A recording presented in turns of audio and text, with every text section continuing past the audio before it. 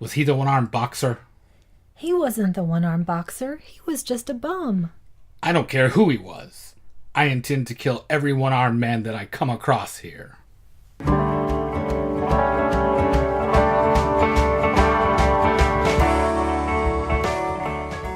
Welcome to the Magic Lantern Podcast, an ongoing informal discussion of the films we love and the things we love about them. I am Erica Long. And I am Cole Rolane. Each episode of the Magic Lantern will be devoted to one film that we alternately select, and we will discuss why it is significant to us. We are at episode 39, which is Cole's choice. What did you select this time? Well, we are celebrating our anniversary. Happy anniversary. Happy anniversary to you. And following the traditional pattern, you know that first anniversary is paper, second anniversary is cotton, and third anniversary is awesome kung fu. You better believe it, and I am alerting Hallmark. So, to celebrate, for you I got Master of the Flying Guillotine from 1976, also pronounced guillotine by everyone in the movie. Incorrectly. Which we will not be indulging in during this podcast, correct? So you say. Oh, no. This was directed by, written by, and stars Jimmy Wang Yu, and also stars Kang Chin, Lau Kar Wing, and Fei Lung. And a lot of other familiar faces that you will see pop up in the kung fu movies of the mid to late 70s over and over again. It is the story of a blind imperial assassin who sets out to avenge the deaths of his students who were killed by the one-armed boxer. This assassin goes about this task by killing every single one-armed man in the near vicinity. He infiltrates a tournament, and with the help of his minions, he tracks down the one-armed boxer, forcing a final showdown. It is an all-time classic of the genre, and it begins with one of the all-time classic kung fu opening sequences ever. It's one of my favorites, obviously, since I chose it for this. I'll probably be saying this a number of times, but it must be seen to be believed. It's one thing to describe it and another to watch it unfold. Well, the opening certainly sets the tone for the whole thing. It begins in a smoky, craggy, mountainous hellscape where there is nothing but a thatched roof hut where we find our blind master. He's going about his morning ritual, it seems, when he supernaturally snatches a messenger pigeon out of the air. It's pretty awesome. I'll probably be saying that a few more times, too. And the news that is delivered is that two of his students, his protégés, have been killed by a one-armed boxer. He reacts pretty badly to this. This is not good news. And by badly, I mean he jumps through the roof of his house, practices a little bit with his flying guillotine, chops off numerous fake heads, and then firebombs his own hut. I would say rewind this part and then play it again just so you can get the full effect of what has happened. All to a throbbing, insistent, ominous krautrock beat. It's so neat. It's so odd to hear that. Juxtaposed with that. Yeah, it's of course the right time that the film is being made, but not the time that the film is set in. Right. But there is a certain segment of the kung fu film audience that this was perfect for, both when it was new and ever since then. There are those of us, for example, me, having worked in a record store for years and years and years, and loving all this genre film stuff, and then all of a sudden you hear Noi, or Kraftwerk, or Tangerine Dream pop up. It doubles the awesomeness. It manages to work perfectly throughout, in my opinion. Yeah, perfectly and illegally. Who needs rights or clearances? Now, this was the first time you'd seen a flying guillotine, is that correct? That is correct. And how would you describe it to the uninitiated? Okay. I would say that it's sort of a canister object that you can open and then twist the side, and it opens into this sort of half dome with these crazy teeth blades inside of it. It sounds like the deadliest tube of Pillsbury biscuits ever so far. It does. Pop it open, it goes crazy. And it's on the end of a chain, so you can swing it around, and so he can kind of lasso heads off with it. Which he does with aplomb. Multiple times. Both real and fake. I think he gets a chicken, too, at some point with it. It's pretty awesome. Before we get too far into it, I want you to get your Kung Fu Trope bingo card out, and we'll see how long it takes for you to get a complete blackout. Okay. Probably a while, because I don't have a huge history with Kung Fu. Well, what would you say so far you've seen are either stylistic conventions or plot devices that show up repeatedly in Kung Fu films? Yes. I would say the first for me being the whole blind master or the elderly master. Okay, there's one. There's, of course, going to be vengeance of some kind. Ding, that's your free space. Okay. That is the middle spot of every Kung Fu everything. bingo card because it's in every single one. You cannot forget to mark off the sweet eyebrow beard combo. That is a Definitely. must. Anything else so far? When it comes to the weapon of choice, there's always going to be something really interesting, typically. Did I win the circus peanuts? If you want. I'll tell you what. Those were my favorite in second You a grade. deal. You can have all the circus peanuts, and I'll have actual real candy. They were pretty good. You want some BB bats too while you're at it? I don't know what those are. Believe me, if you shopped where they sold circus peanuts, they also sold BB bats. Okay. Candy of yore. Anyway. Some whorehound, perhaps? Wait, did you get that at the Oregon Trail Interpretive Center? I when we probably went? did. Did you die of dysentery afterwards? I did not. Okay. One of the other devices you'll often see, which comes into play immediately right here, and one of my favorites thematically and with the costume and everything else, is evil in the guise of righteousness. He shaves the hair and dons monk's robes to go incognito as he goes in search of the one-armed boxer to exact his vengeance. So cut to the one-armed boxer, which is a character that Kung Fu audiences would have been familiar with because a few years prior in 1971, Jimmy Wang Yu did a feature film, the original One-Armed Boxer, which this is somewhat of a sequel to. The One-Armed Boxer now runs a school very successfully from the looks of it. There's lots of students, lots of activity. And when we first encounter him, he is leading them through an exercise on the jumping technique, where they set up a wicker basket, first filled with stones, that they have to walk around the rim of, and then again after they remove the stones. And it's all about, as he says, focusing on deep breathing in order to lighten your overall weight. He then proceeds on to show them his flying technique, which is an advanced version of the jumping technique where he walks up the wall and across the ceiling. He's obviously a master, and he's teaching them that through patience and diligence and hard work, you too can achieve these things. These are not outside the realm of any practitioner of the martial arts who is devoted and patient enough. So he's clearly a benevolent teacher. He's our good guy. So if he's our good guy, why did you immediately find yourself rooting for the blind assassin? So I went into this heady from this amazing opening where the assassin is going to avenge the death of his two disciples, which to me seems like a righteous mission. So I'm thinking that the whole time, and he's got this incredible start, and he's clearly very, very powerful. And then we meet the one-armed boxer, and even though I had just looked up as we were watching it and knew that the previous film, the one-armed boxer, has him as the hero, and then he's in this now, you would think that I would have taken that next logical step and assumed, oh, this is our bad guy. But clearly, I don't know my history enough to be able to really decipher what's going on between these different factions. And the one-armed boxer is pretty boring to me. He doesn't have a huge charismatic screen presence, in my opinion, at least. And so the whole time I was assuming the blind assassin, the master of the flying guillotine, was going to come out on top. You would think so from the title especially. And the fact that, yes, Jimmy Wang Yu is not the most magnetic presence, nor is he an especially skilled martial artist. And the scene that you had just mentioned where we meet him in the school, he seems kind of disdainful, actually. It didn't feel like Of the process itself or the students. He seems pretty cold and removed, which we don't always see the masters being warm-hearted people. But my read for him was he was the person on the run. He's the outlaw. And so he's been hiding in the school. I was interpolating all over the place. Well, you are not far off, because even though he may be the good guy, yes, he is definitely an outlaw. That thing you were saying about not knowing the history very well makes a difference in terms of appreciating these films.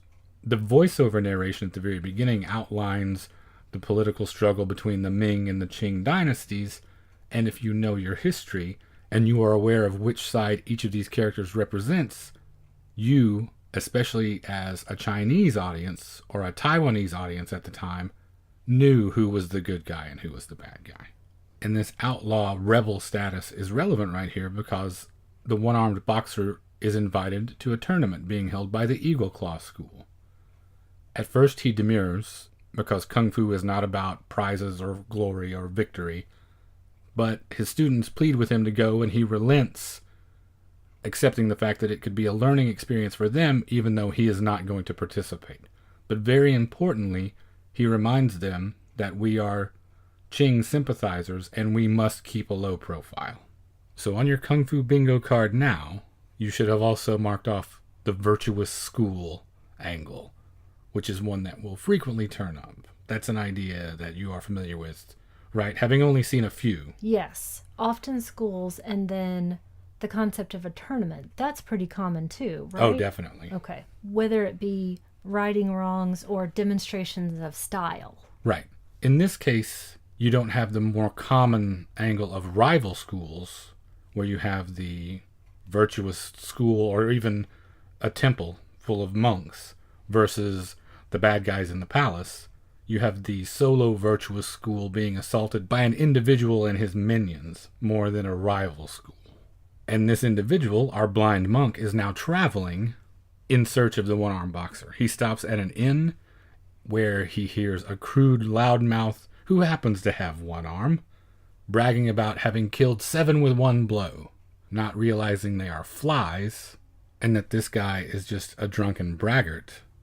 Out comes the flying guillotine, zing, Kills that sucker anyway. off with his head. It is a bad time and place to be a one-armed loudmouth running around, or a one-armed man in general. Which is another thing you can mark off on your card, actually. The preponderance of one-armed men. Yes, in small villages. I didn't realize they had so many threshers or combines ripping arms off in that era in China, but there are a number of them, coincidentally, that he happens to come across. And you also have the best line in the whole movie when he finds out that he killed the wrong one-armed man. I don't care. Doesn't matter. Now, our blind elderly master. Mm-hmm. We see this idea a lot in these sorts of films, right? Yeah.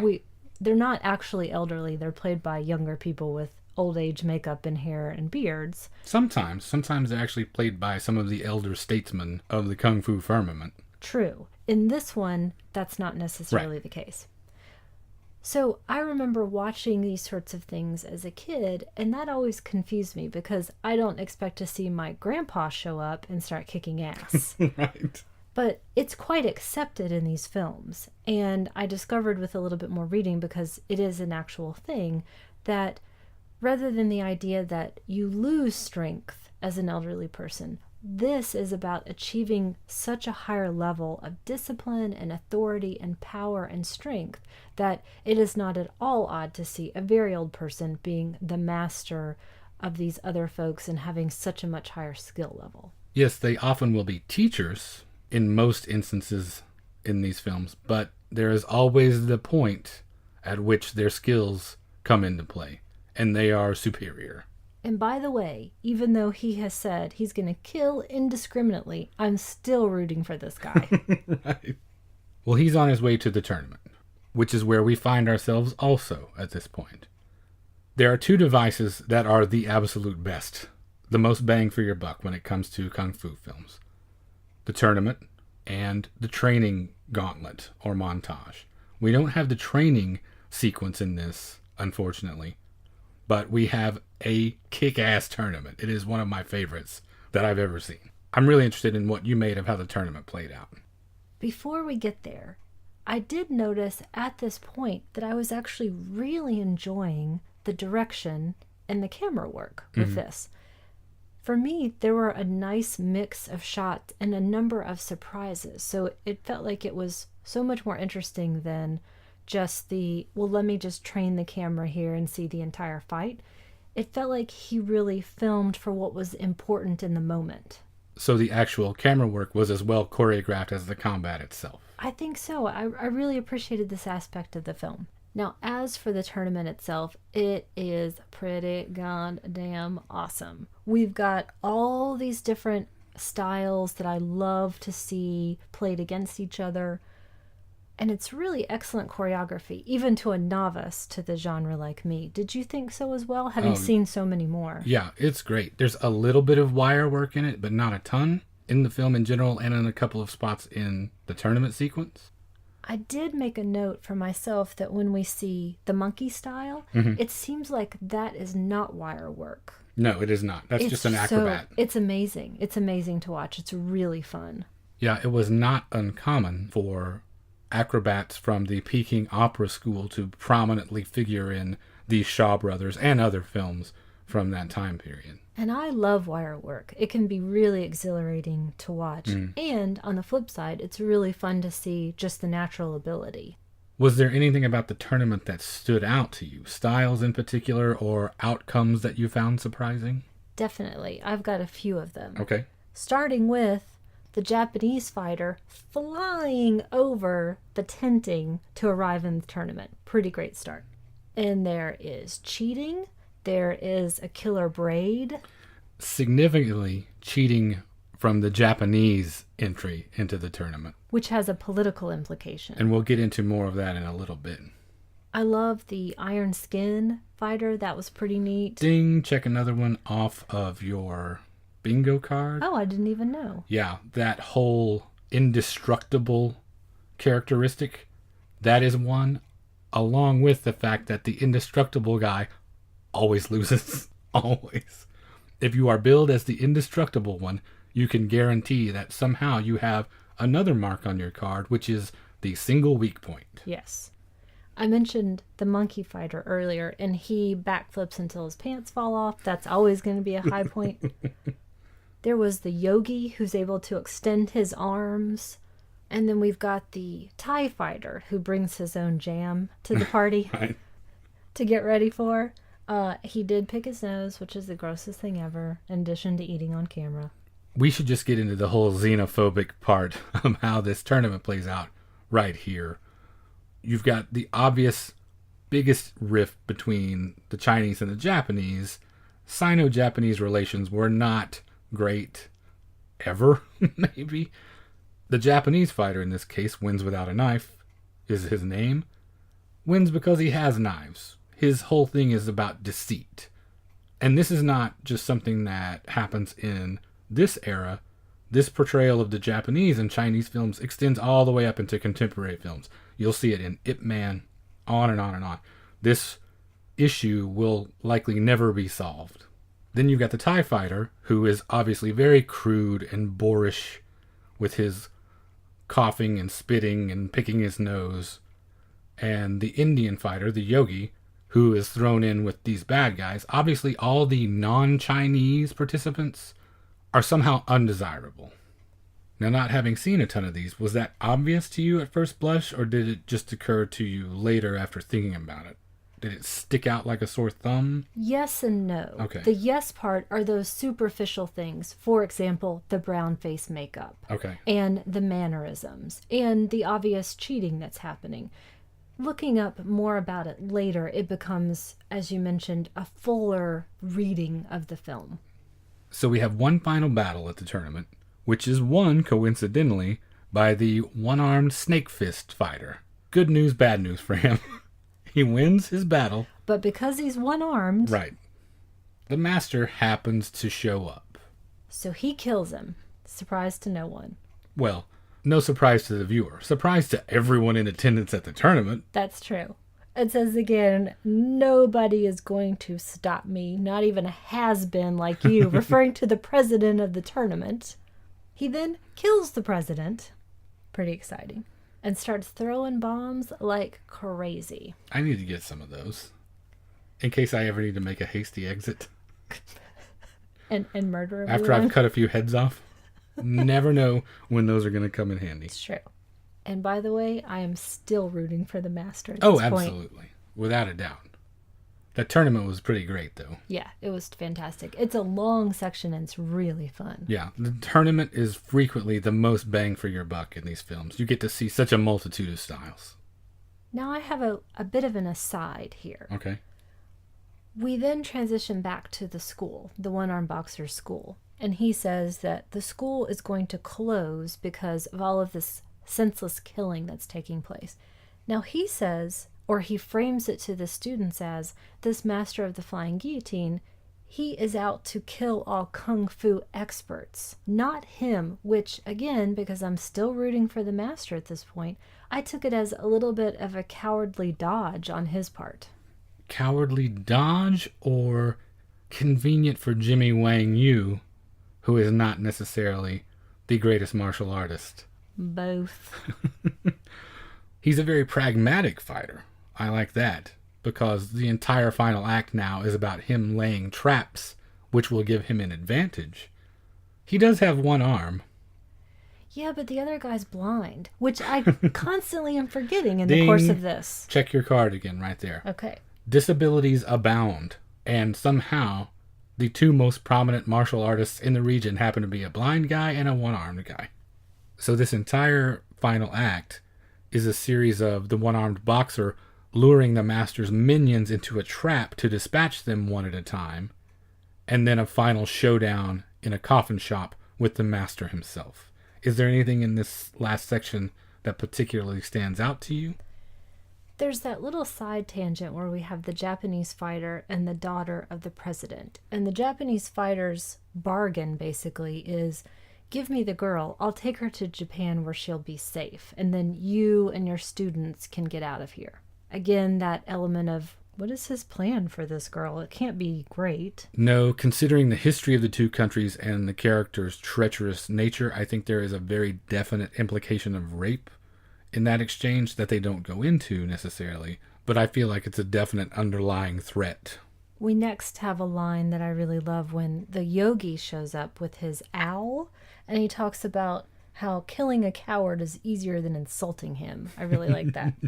These final individual fight sequences are really fun and interesting, I think, because in each case, the one-armed boxer hoists the other character on their own petard, essentially, turning their unique ability into a liability. In this case, with the yogi with the super extendo arms, he lashes the super extendo arms to a post and kicks them in half, basically. I think we both did sort of grunt yell at that moment. So you've got one bad guy down, 3 to go. And this is where the one-armed boxer is hatching this plan of how he can ultimately defeat the master. And he realizes that it's all about the thickness of the blade. And he's using bamboo as this sort of foil, which I can personally attest to because we have bamboo in the backyard. I've tried to chop that stuff up and it is a pain in the ass. Have you seen the sequel? The Return of the Master of the Flying Guillotine versus Kudzu? Versus me with that huge rototiller thing. Ultimately, it's all about, he realizes the blade can't stop moving once it's in motion. So he's got the Achilles heel of the guillotine. Right. Of the weapon, not the man. Because once again, still on the master's side. I'm going to guess that you're still on his side all the way up into the final credits. All the way until now. Still. Past the end of the movie. Yeah, it's written in caps on the last page of my notes. Now, is this the moment where we get into the final showdown with the TIE fighter? Yes, he is the next one to be dispatched. And I think probably in the most cruel way It's of the most all. mean-spirited. That's what I was thinking. Yeah. He's lured into a hut with a metal floor under which they have built a raging fire, since he fights barefooted. And they've got fire along the perimeter and spears, so there's no way out for him. No, he has to stay in there and either fight or cook, which is what he eventually does. So the one-armed boxer is punching him to death while he's literally being roasted alive. One thing I did look up separately, and tell me if this is also one of these tropes. He gets the fist to the heart, and I think that that's all about using these acupressure points to furious advantage. Yes, those elements of Eastern medicine often figure prominently in Kung Fu mythology. It makes for something really visually exciting. along with being mysterious and possibly hard to grasp for a Westerner, which gave it an air of exoticism as well. Next, we have the final battle with the Japanese character, Wins Without a Knife, who is the penultimate bad guy, who is ironically dispatched by his own knives. So, you reap what you sow. Cheating Japanese. Still trying to take the girl all the way up until the end. Which leads us to the final showdown in the coffin shop. The one-armed boxer finally lures the master of the flying guillotine into a coffin shop that he has prepared with a number of spring-loaded axes after a visit to the blacksmith. Now, I have to say, I know I've said it a million times, it starts to feel like he's just setting up a blind guy to get killed at this point. I'm really, I guess, on Team Master of the Flying Guillotine. Well, yeah. He's so cool. He is. And during this fight sequence, he manages to shrug off 2 axe blows directly to his chest. One looks like it's the collarbone and then the sternum. I mean, it's pretty serious. To finally do him in, he receives a 3rd axe to the chest, which then gets knocked directly through him. Yeah. He kicks him through the roof and kicks a coffin out into the street to catch his body. That was pretty damn cool, though. The end. Here were my final in caps notes. I think it's more fun when the master is the hero. I guess that all depends on if you're Ming Dynasty or Qing Dynasty. Yeah. This is another one of those tropes, by the way, at the end. Villain dies, the end. Yeah, nothing else. There's we don't no know lingering. how anything happens for anybody else. Don't no need wrap it. up. Final boss battle, roll credits. You don't have to convince me to watch more Kung Fu. I've always enjoyed it, even though I haven't seen much, but mentioning these specific ideas makes me want to go find way more options. Well, there are about 200 of them in this room. Yes. We did go to the Kung Fu Marathon, right, at Austin Film Society? Yes, frequently at AFS, they will program old school Kung Fu weekends, and Dan Halstead, who was doing the Lord's work, scouring the globe for prints to save and restore, he'll bring a selection from his own collection, and for 2 straight days, they will show nothing but old school Kung Fu all night, and it is one of the best times of the year. I got to see the 36th Chamber of Shaolin.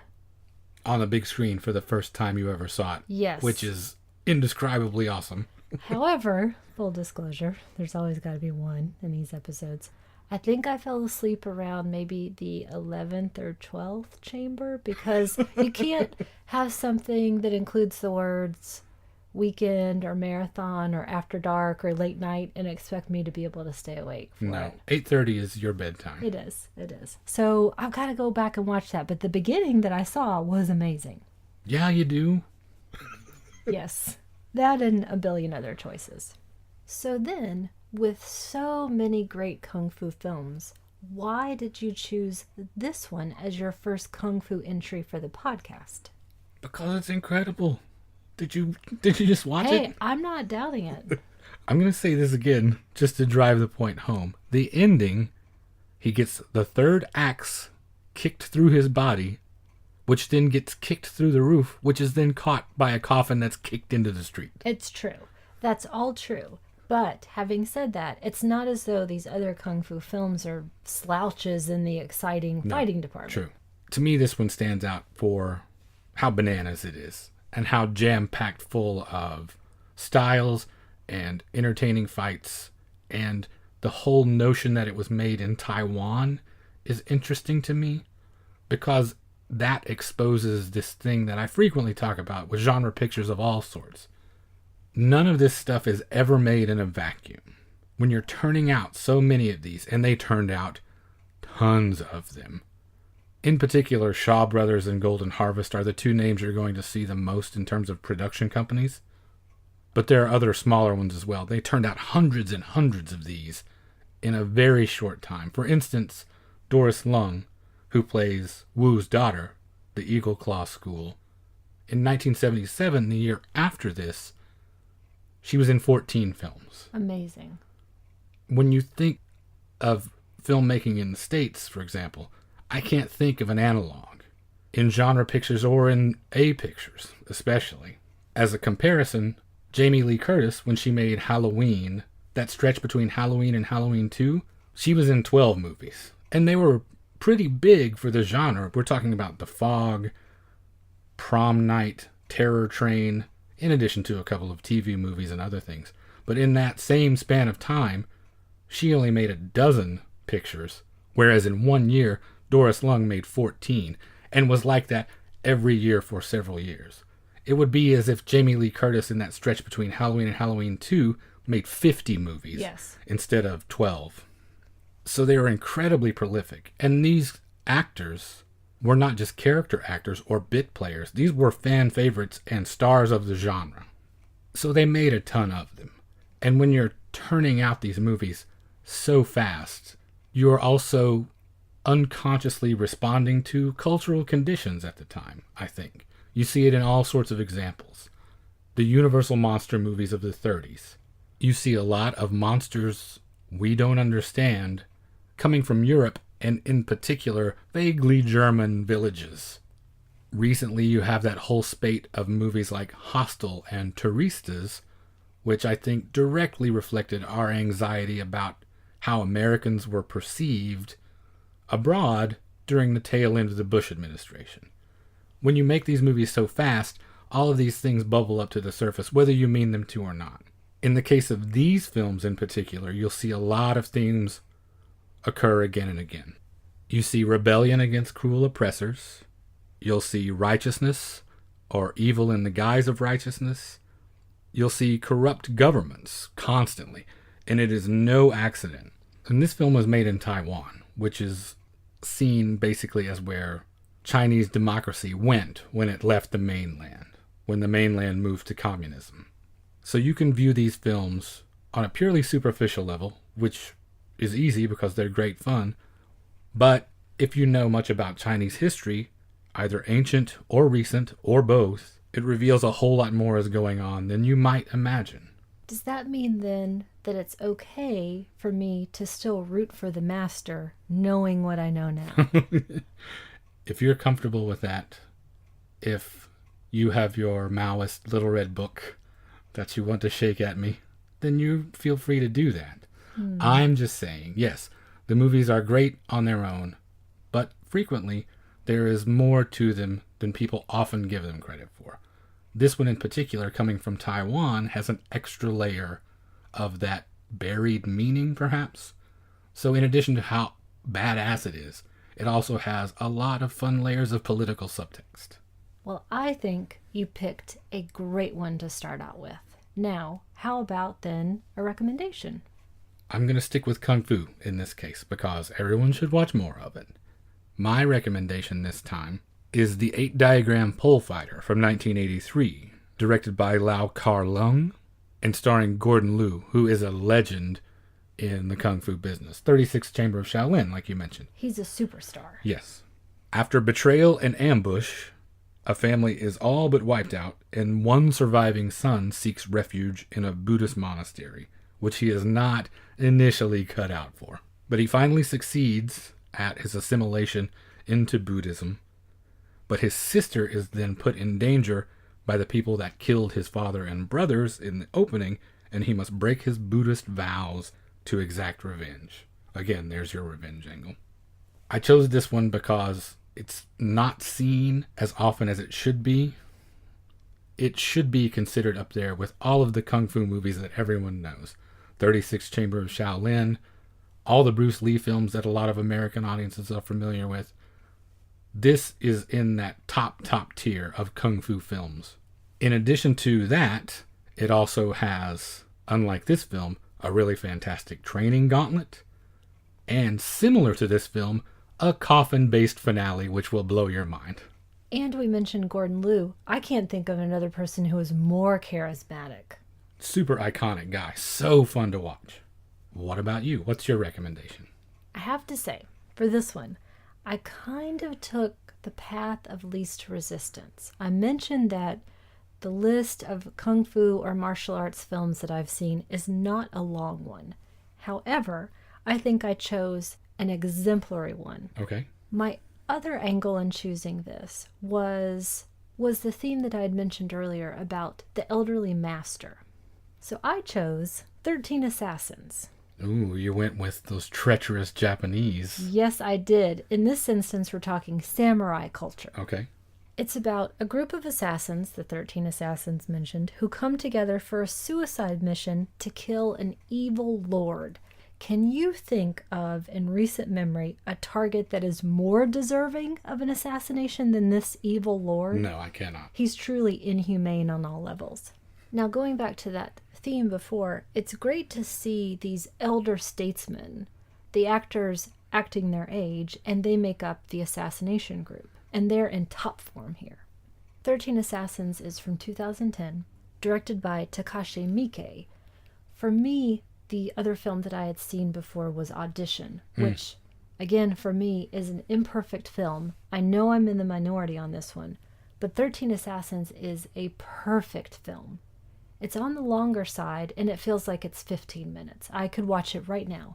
When it first was announced that he was making that, I was really skeptical, I think, because I am used to, and the things that I love about his catalog are the much more outrageous button-pushing things, the provocative things like Visitor Q. And I thought, can he play it straight enough to do a legitimate samurai film? And he knocked it out of the park in terms of period detail, in terms of keeping that exciting while sticking to, for him especially, a bit of a traditional narrative structure. It was super exciting, and yeah, the runtime presents no problem at all. It goes like stink, as I'm fond of saying. So we've got 2 fun recommendations, places to go next, and that's the 8-diagram Pole Fighter and 13 Assassins. And that brings us to the end of episode 39. If you would like to get in touch with us, you can reach us via email at magiclanternpodcast@gmail.com. We are on Facebook and Instagram. Just look for Magic Lantern Podcast at either one of those venues. We are on Twitter at Lantern_cast. And I just wanted to take a second to say thanks to everyone who either gave us feedback or shared the show since last time. I know it's a quick turnaround this time, since Meet John Doe went up a little bit late and we are getting back on schedule with this episode. But in the interim, Aaron West and Mark Herney invited us on their show Criterion Now, which is a great new podcast they're doing that deals with what is happening in the world of Criterion new releases, and we had a really fun discussion about that and the new Filmstruck streaming service. And in particular, it was a lot of fun to get to talk to our friend Matt Gasteyer.